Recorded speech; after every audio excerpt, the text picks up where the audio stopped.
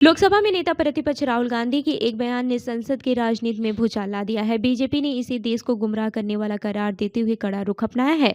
सांसद निशिकांत दुबे ने न सिर्फ विशेषाधिकार प्रस्ताव पेश किया है, बल्कि राहुल गांधी की सदस्यता खत्म करने और चुनाव लड़ने पर रोक की मांग भी कर डाली है। बता दें कि भारतीय जनता पार्टी ने लोकसभा में नेता प्रतिपक्ष राहुल गांधी के हालिया बयान पर कड़ी आपत्ति जताई है। बीजेपी सांसद निशिकांत दुबे ने इस मुद्दे पर सदन में प्रस्ताव पेश करते हुए राहुल गांधी की संसद सदस्यता समाप्त करने और उन्हें जीवन भर चुनाव लड़ने से रोकने की मांग की है। दुबे का आरोप है कि कांग्रेस सांसद देश को गुमराह कर रहे हैं और सोरोस जैसी ताकतों की मदद से देश के खिलाफ माहौल बना रहे हैं।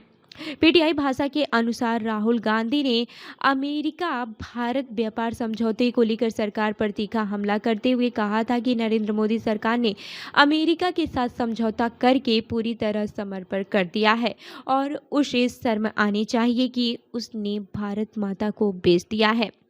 इसी बयान को लेकर बीजेपी ने आक्रामक रुख अपनाया है। गुरुवार को निशिकांत दुबे ने कहा कि मैंने आज लोकसभा में राहुल गांधी के खिलाफ प्रस्ताव पेश किया है कि कैसे वो देश को गुमराह कर रहे हैं।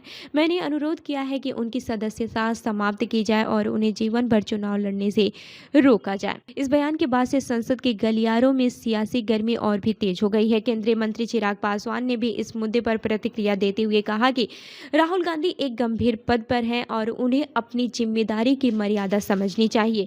उन्होंने कहा कि जिस तरह की टिप्पणियां की जा रही हैं, उन पर विशेषाधिकार प्रस्ताव लाना एक संवैधानिक अधिकार है। हालांकि यह प्रस्ताव आगे बढ़ेगा या फिर नहीं, इस पर अभी स्थिति साफ नहीं है। उधर राहुल गांधी ने अपने बयान में दावा किया था कि भारत अमेरिका समझौते में किसानों के हित को कुचल दिया गया है, जैसे पहले किसी प्रधानमंत्री ने नहीं किया। उन्होंने कहा कि अगर इंडिया गठबंधन की सरकार अमेरिका से बातचीत करती है तो भारतीय डेटा को रणनीतिक पूंजी मानते हुए बराबरी के स्तर पर समझौता करती। मालिक नौकर जैसी भाषा नहीं अपनाई जाती। राहुल गांधी ने यह भी कहा कि भारत की ऊर्जा सुरक्षा और किसानों के हितों पर कोई समझौता नहीं होना चाहिए। उन्होंने आरोप लगाया कि इस समझौते के बाद भारतीय किसान इतिहास के सबसे बड़े तूफान का सामना कर रहे हैं।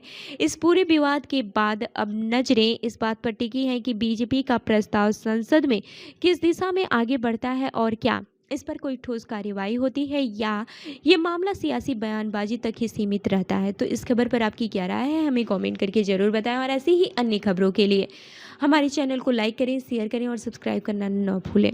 मिलते हैं अगली खबर में, तब तक के लिए देखते रहिए आरएल न्यूज। धन्यवाद।